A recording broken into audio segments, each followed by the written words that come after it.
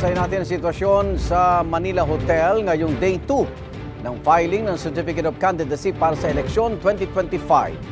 May unang balita live si Bea Pinlac. Bea.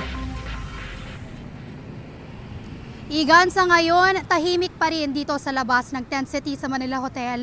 Ilang sandali na lang bago muling magbukas ang pinto nito mamayang alas 8 ng umaga para sa mga maghahain ng kanilang kandidatura sa eleksyon 2025. Sa ikalawang araw nito, mahigpit pa rin ang seguridad sa loob at labas ng Manila Hotel.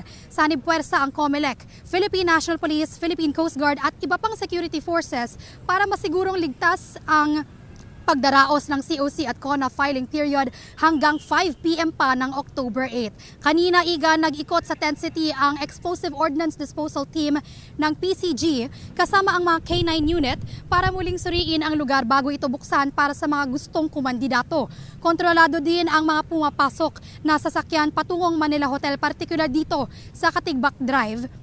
May ilan, Igan, na pinilit pumuslit pero hinabol at sinuway ng mga MMDA officer. Tatanggapin ng COMELEC lahat ng kompleto na COCs, 4 na kumpanyon lang ang pinapayagan na sumama sa aspirant sa kanyang paghain ng certificate at requirements para kumandidato. Pero sa labas, pwedeng magtipon ang mga taga-suporta ng mga aspirant. Ngayong umaga, Igan, meron na tayong mga inaasahan na incumbent at dating senador na maghahain ng kanilang kandidatura para sa eleksyon 2025. At yan ang unang balita mula rito sa Maynila. Bea Pinlac para sa GMA Integrated News.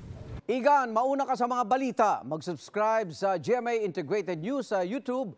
Sa mga kapuso abroad, subaybayan nyo kami sa GMA Pinoy TV at sa www.gmanews.tv.